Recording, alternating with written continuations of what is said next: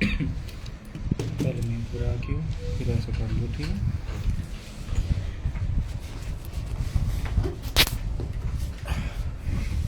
Good morning everyone. और इस meeting को हम स्टार्ट करने वाले हैं। बहुत से बच्चों ने कॉल किया होगा, मैसेज किया होगा कि सर आपकी संस्था कहाँ एडमिशन कराती है, कैसे एडमिशन होता है, क्या कोर्स आप कराते हैं, क्या इसका प्रोसेस रहता है। तो इन्हीं सब चीज़ों पे आज हम डिटेल विस्तार से बात करने वाले हैं। इसमें सबसे पहला जो मेन पॉइंट है, पहले तो हम आपकी थोड़ा सा कोर्स काउंसलिंग इसमें करेंगे, फिर संस्था के बारे में बताएंगे, फिर एडमिशन प्रोसेस पे बात करेंगे, कॉलेजों के बारे में बात करेंगे।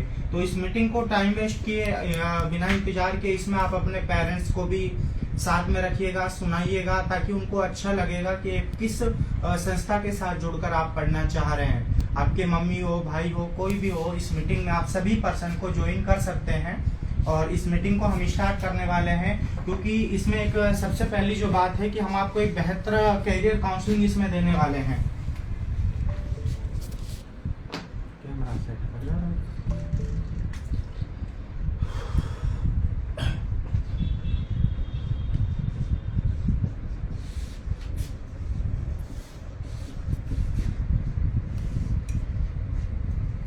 सबसे पहले तो आप सभी का इस वीडियो में बने रहने की, मीटिंग में बना रहने का एक मेन मकसद ये है कि पढ़ना ना पढ़ना वो बाद की बातें हैं। इसमें हम सबसे जो मोस्ट है वो हम आपको एक कैरियर गाइडेंस देने वाले हैं, जो कि आपको बहुत ही जरूरत होती है। जो बच्चे अपने ग्रामीण अंचल से बिलोंग करते हैं, जो बच्चे के पास गाइडेंस नहीं है, जो बच्चों को ऐसा कोई लाइन देने वाला है नहीं कि आपको बायो, आर्ट्स, केमिस्ट्री के बाद क्या क्या कोर्स करने चाहिए, तो उन कोर्सों के बारे में आज हम डिटेल से डिस्कशन करने वाले हैं कि बच्चा किस किस लाइन में जाके अपना कैरियर का डिसीजन कर सकता है। इसके बाद हम बच्चों को बताएंगे कि बच्चे आपका जो पढ़ाई का जो विस्तार रहेगा, जो प्रोसेस रहेगा, वो हमारी संस्था किस तरह करेगी, क्या आपकी मदद करेगी। आपने सुना होगा कि 0 कॉलेज फीस पर एडमिशन, अब आपकी कॉलेज फीस संस्था पे करेगी। वो कैसे करेगी, उसका क्या प्रोसेस होगा, क्या फ्री है, क्या नहीं है, वो पूरा डिटेल से हम इस मीटिंग में आज सभी को बताने वाले हैं। सभी स्टूडेंट आराम से बैठ जाइएगा, बीच में आपको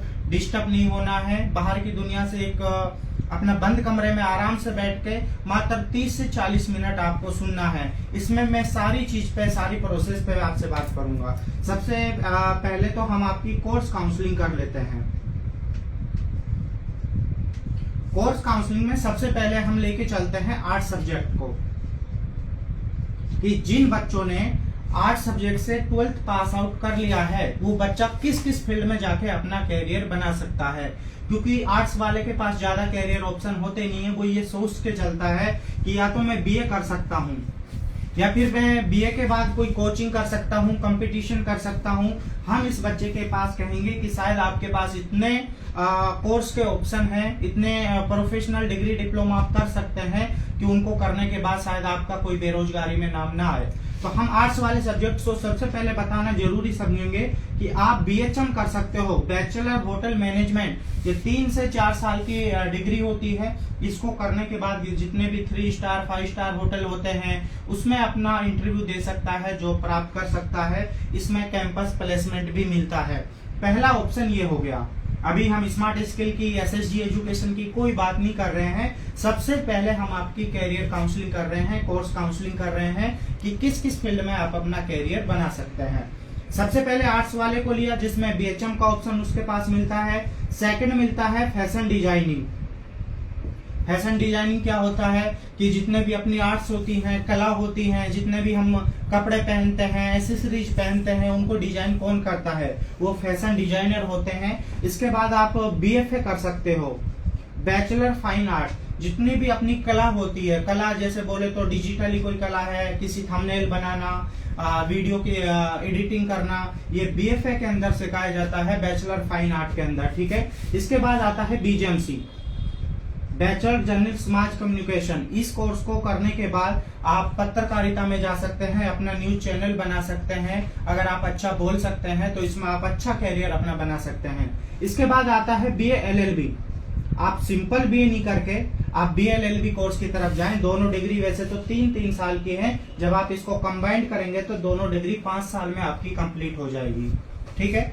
इसके बाद आती है बीटीटीएम, बैचलर टू ट्रेवल मैनेजमेंट, ये भी 3 साल की बैचलर डिग्री है। जो टूरिस्ट आते हैं, जिनको गाइड करते हैं, वो इस कोर्स में वो बच्चा जा सकता है BTTM में, ठीक है।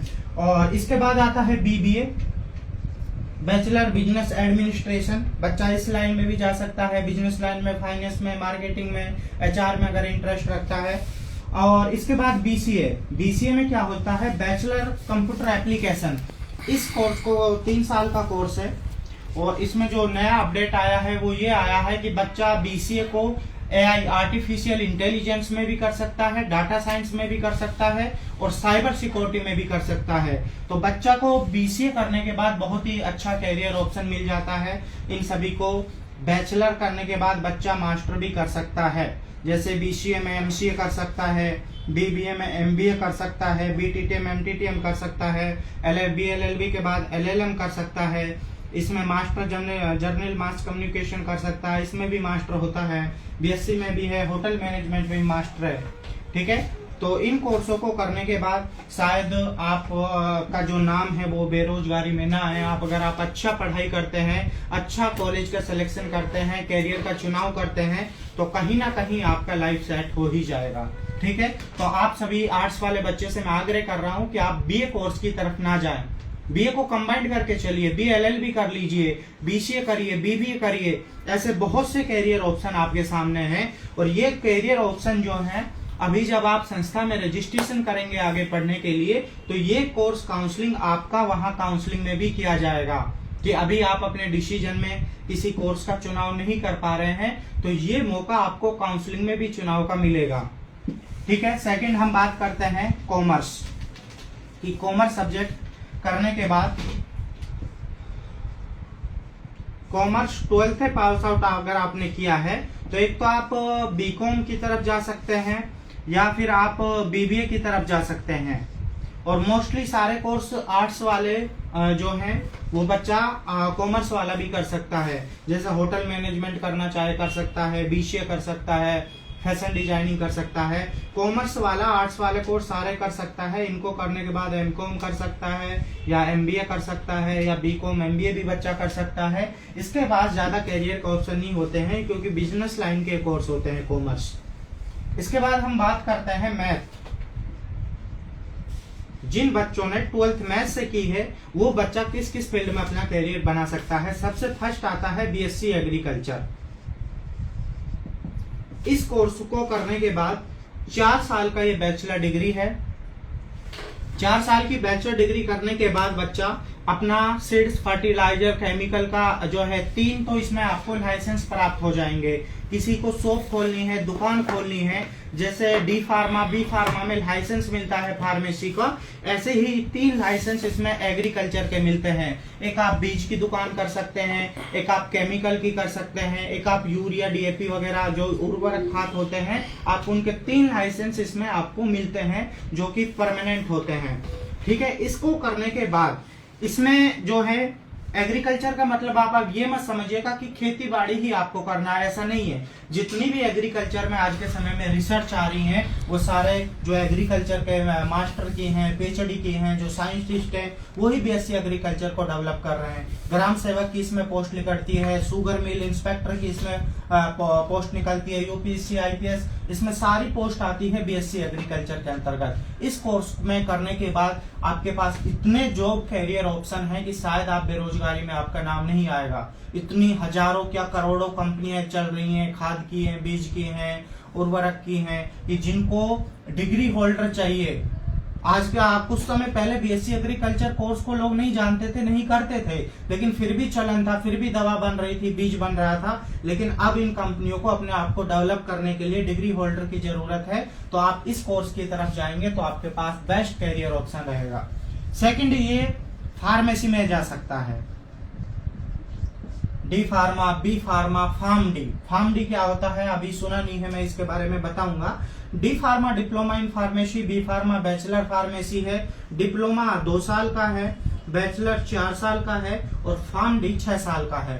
फार्म डी क्या होता है, डॉक्टर इन फार्मेसी, यानी कि फार्मेसी में आपने रिसर्च कर लिया है, आप अपनी दवा बनाने की कंपनी डाल सकते हैं, अपना हॉस्पिटल डाल सकते हैं, अपना क्लिनिक डाल सकते हैं, अपना प्रिस्क्रिप्शन लिख सकते हो, अपना ट्रीटमेंट दे सकते हो, इसमें सारी परमिशन है फार्म डी में।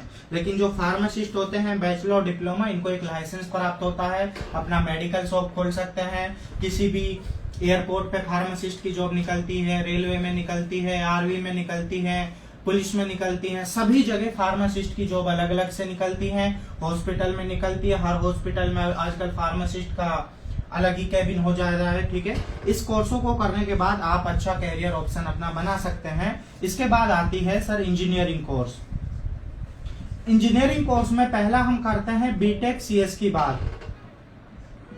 BTech CS computer science engineering की बात करते हैं। इसमें एआई आ गया है, आर्टिफिशियल इंटेलिजेंस आ गया है, जिसको आप बहुत ही बेहतरीन तरीके से जान रहे हैं और कई मीटिंग में हम इसको बता भी चुके हैं। एआई के साथ आजकल आप एमएल कर सकते हो, मशीन लर्निंग। ठीक है, इसके बाद इसमें डाटा साइंस आ गया है, इसके बाद इसमें साइबर सिक्योरिटी भी आ गया है।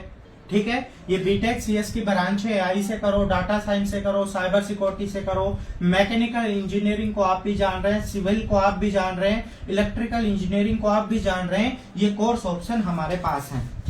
इसके बाद इंजीनियरिंग में और कौन सा ब्रांच रह जाता है? इसके बाद आती है रोबोटिक इंजीनियरिंग।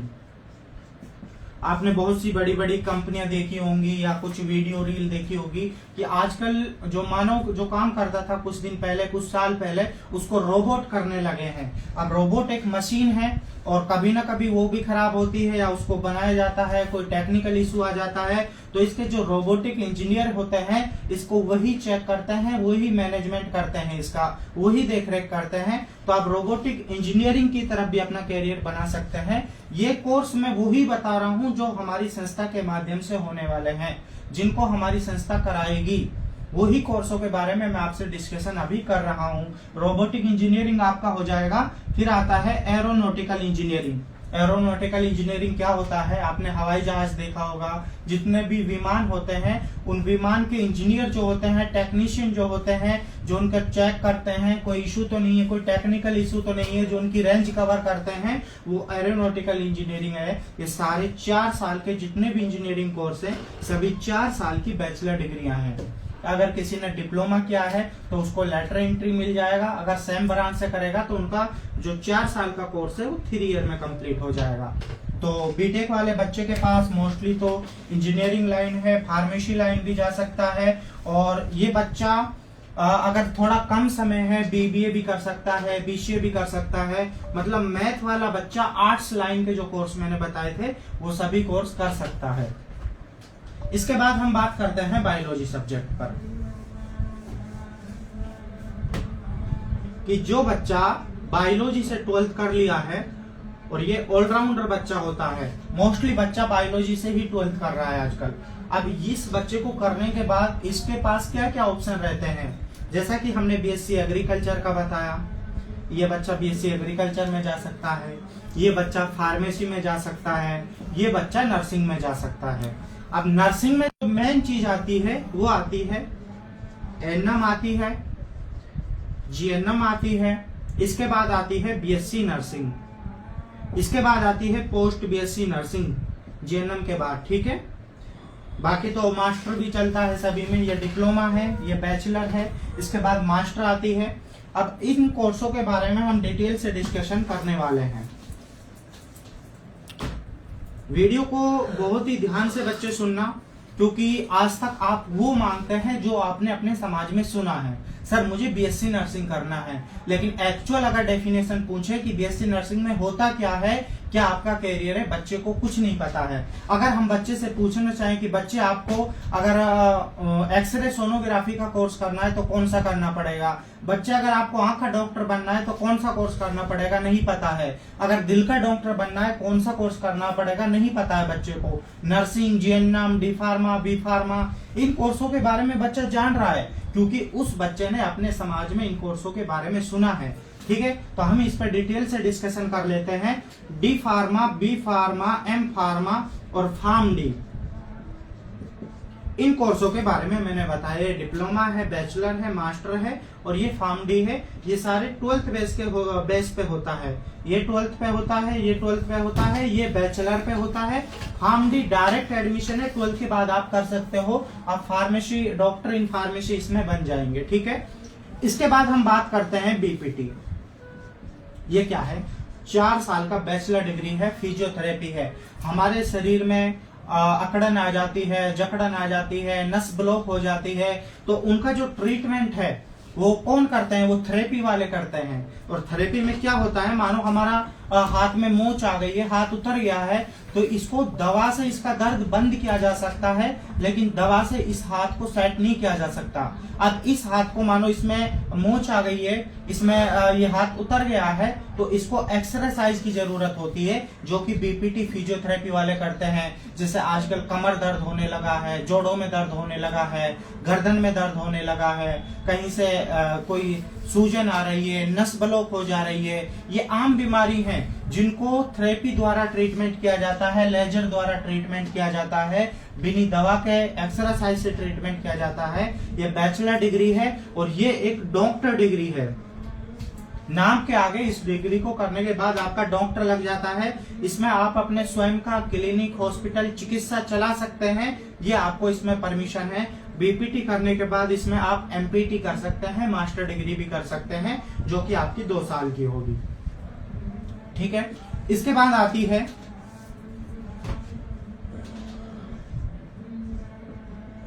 बीपीटी के बाद बात करते हैं हम ऑप्टोमेट्री। ऑप्टोमेट्री क्या होता है?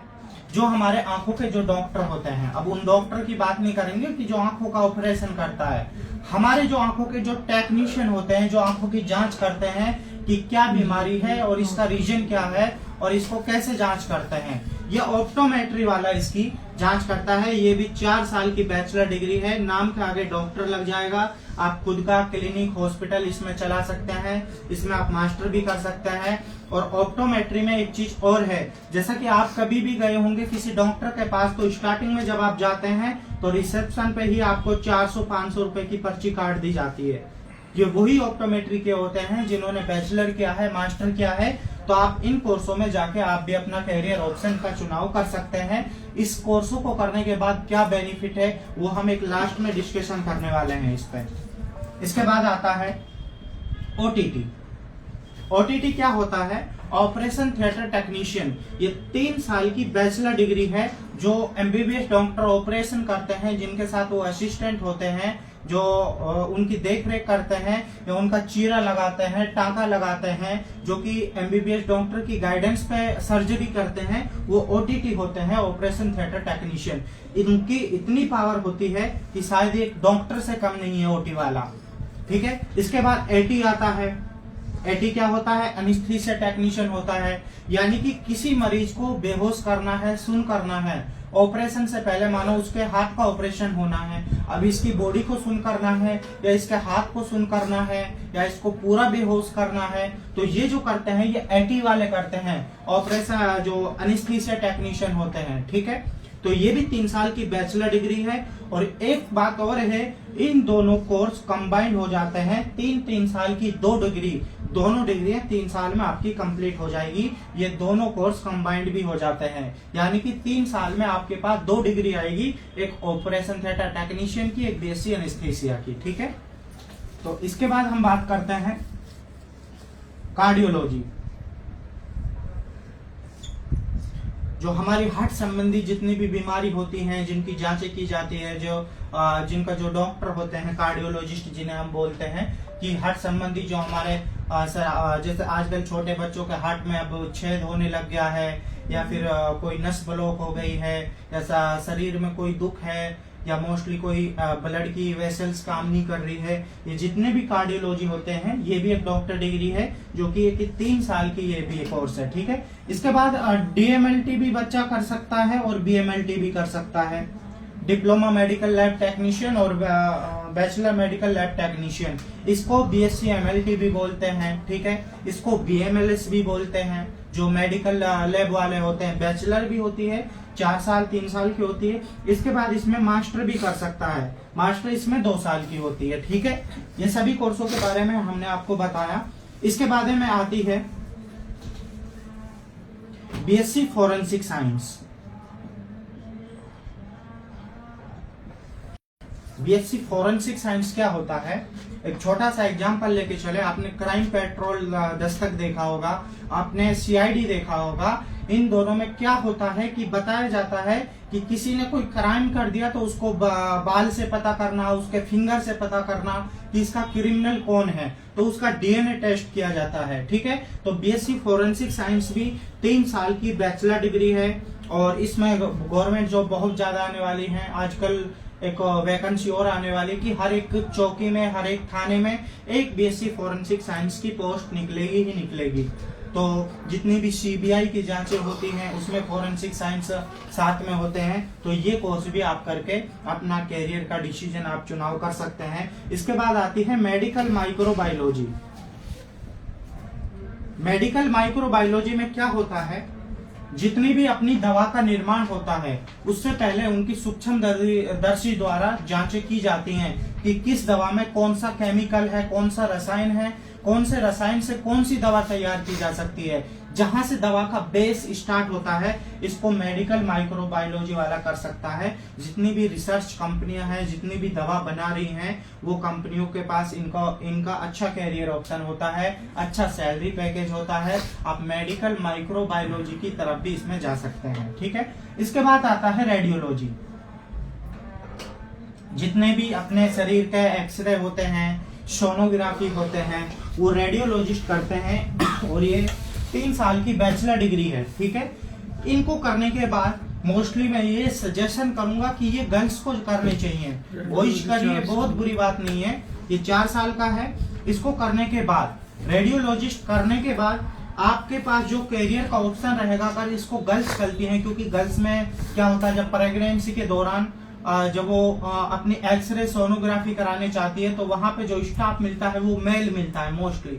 आप किसी में भी सोनोग्राफी में जाके देखेंगे गर्ल्स आपको बहुत कम मिलेगी। तो मैं इसलिए सजेशन कर रहा हूं कि ज्यादा से ज्यादा जो बच्चियां हैं वो बीएससी रेडियोलॉजी की तरफ जाएं। अच्छा सेफ एंड सिक्योर कोर्स है और दोनों के लिए आपके पास बहुत ही अच्छा कैरियर ऑप्शन इसमें मिलने वाला है।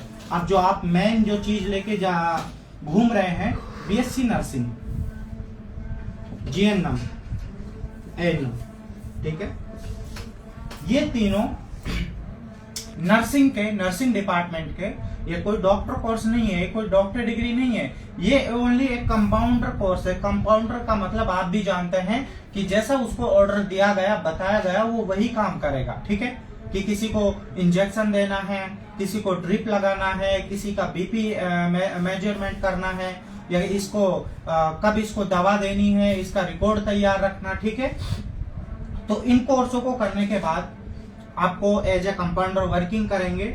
अब सबसे जो मेन इंपॉर्टेंट जो कैरियर का चुनाव आता है वो आपको ये सोचना है, चाहे आप बीएससी नर्सिंग में 20 साल का समय दे दें, चाहे नर्स जीएनएम में आप 40 साल का समय दे दें, लेकिन 20 साल, 40 साल, 50 साल बाद भी देने के बाद 2 ही ऑप्शन है, या तो आप प्राइवेट जॉब करेंगे, गवर्नमेंट जॉब करेंगे।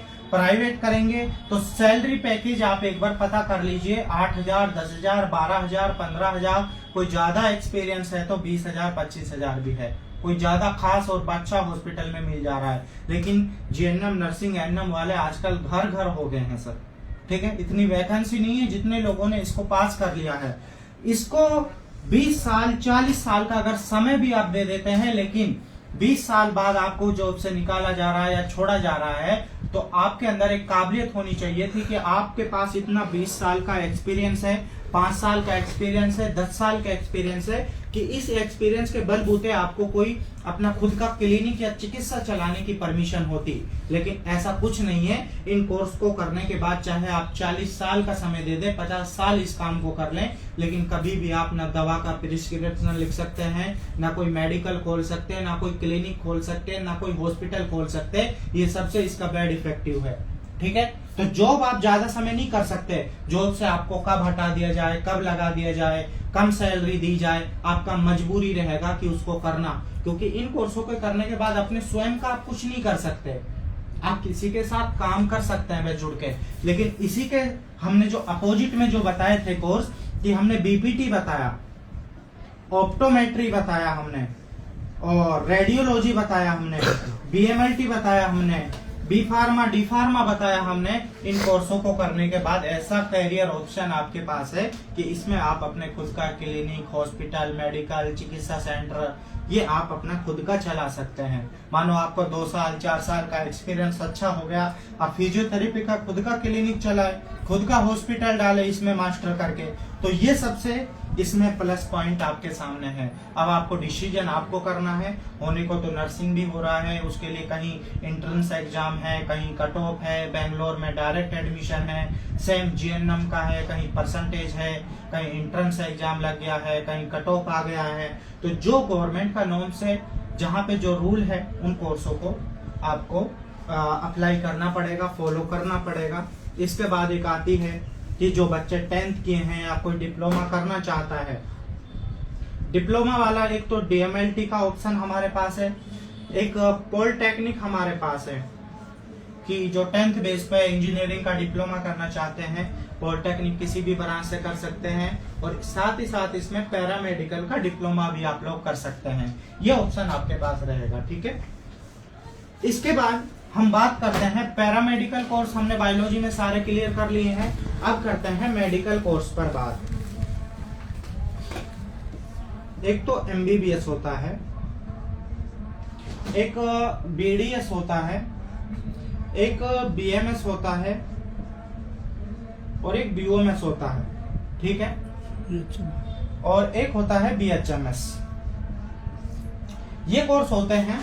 ये एमबीबीएस जो कोर्स होता है, बीडीएस होता है, बीएमएस, बीओएमएस, बीएचएमएस जो होते हैं, ये सारे नीट बेस होते हैं। और जिन बच्चों ने नीट का एग्जाम दिया नहीं है, फॉर्म नहीं भरा है, वो डेट भी निकल चुकी है, शायद आज या कल नीट का एग्जाम होने वाला है, और कल नीट का एग्जाम है। तो जिन बच्चों ने फॉर्म नहीं भरा है, वो मेडिकल की तो उम्मीद छोड़ दीजिए। लेकिन जिन बच्चों ने अभी अपना नीट का एग्जाम दिया है और उनकी कुछ तैयारी है, अच्छे मार्क्स ला सकते हैं, पहली बात है कि संस्था के पास एसएसजी एजुकेशन स्मार्ट स्किल के पास एमबीबीएस कोर्स नहीं है, तो इसका ऑप्शन हम खत्म कर देते हैं, क्योंकि इनमें डायरेक्ट एडमिशन नहीं है। बीडीएस, बीएमएस, बीओएमएस, इन कोर्सों में अगर आप नीट क्वालिफाई कर लेते हैं और उस स्टेट के हिसाब से आपको रैंक आती है, क्वालिफाई कर लिया है, मानो आपका 720 में से 200 नंबर आया है, और उस स्टेट का कट ऑफ 200 गया, 199 गया, 190 गया, 150 गया, उसके अनुसार आप उस स्टेट के अनुसार एलिजिबल हो गए, तो इन कोर्सों में हम आपको जो आपकी पढ़ाई की जो ट्यूशन फीस है, उसमें 50% की मदद करने वाले हैं। यानी कि आपका बीडीएस का पैकेज 10 लाख का है, तो 5 लाख की मदद एसएसजी एजुकेशन स्मार्ट स्किल करने वाली है आपकी। इनमें 100% कॉलेज फीस, 0 कॉलेज फीस नहीं है, क्योंकि फीस इनमें बहुत ज्यादा होती है। बीएमएस की फीस तो 15 लाख भी है, 17 लाख भी है, तो इसमें हम आपकी ओनली 50% फीस में ही मदद करने वाले हैं। 50% फीस आप पे करेंगे इसमें, ठीक है। ये चीज भी मैंने आपको क्लियर कर दिया। इसकी जो सीटें मिलेंगी, कहाँ मिलेंगी, ये भी एक डिसीजन हम अभी आपको करने वाले हैं।